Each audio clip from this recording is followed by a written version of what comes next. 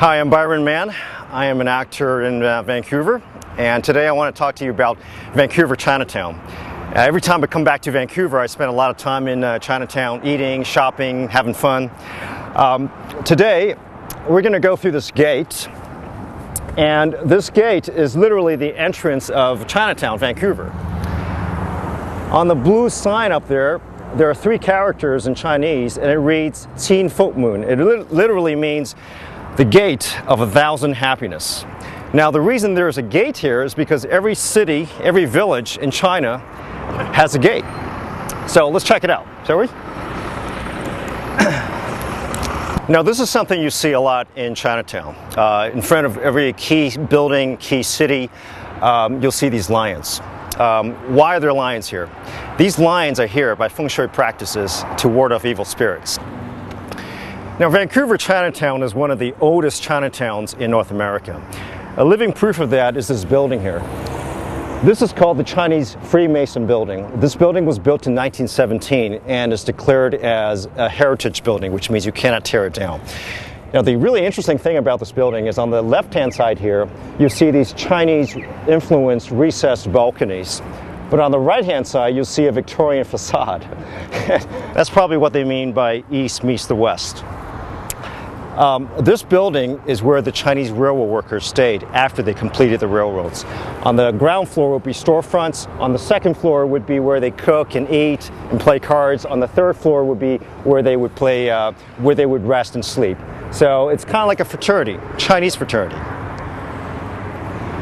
Now, one of the coolest things about Vancouver Chinatown is that it has the narrowest building in the world. How narrow? 4.5 feet wide. This is the building. It's called the Sam Kee Building. What happened was that in 1907, the city of Vancouver expropriated this plot of land from the owner. The owner was rather upset, so he built this building on 4.5 feet wide by 122 feet.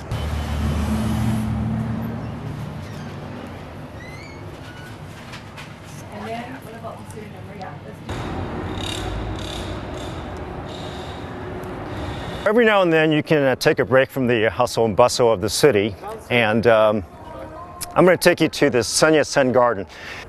Now, who's Dr. Sun Yat-sen? Dr. Sun Yat-sen is the founder of modern China.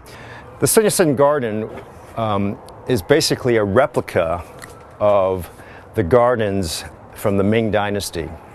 What happened was in 1985, about 60 workers from China, from the province of Suzhou, right outside Shanghai, came here and in 12 months built a garden that's a replica of one of these Ming Dynasty gardens. So another thing I really like to do in Chinatown, as you can imagine, is shopping for food. I personally like to eat a lot of vegetables, so there's like different types of vegetables here that don't exist in your regular Safeway. For example, this is Chinese broccoli, Chinese broccoli, Chinese broccoli, Chinese broccoli, and Chinese broccoli. There's like 5 different types of Chinese broccoli. In fact, I will buy one of them today, right now. Fresh ingredients is kind of like really important for a lot of Chinese people. So instead of going to the supermarket, they come here.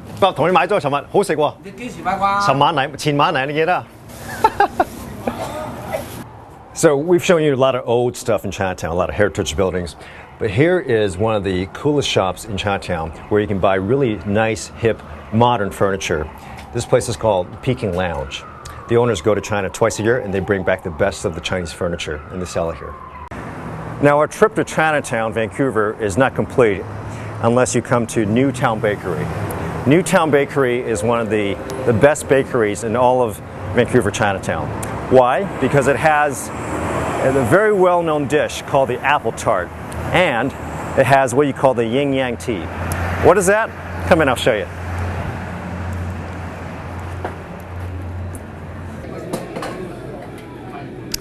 Thank you. Thank you. This is what you call Yin Yang Tea. They mix about 5 or 6 different types of tea bags and they brew it for about 6 hours, and then they mix in coffee. End result, it's a It's a coffee plus tea kind of a drink. Here we go. It's fantastic.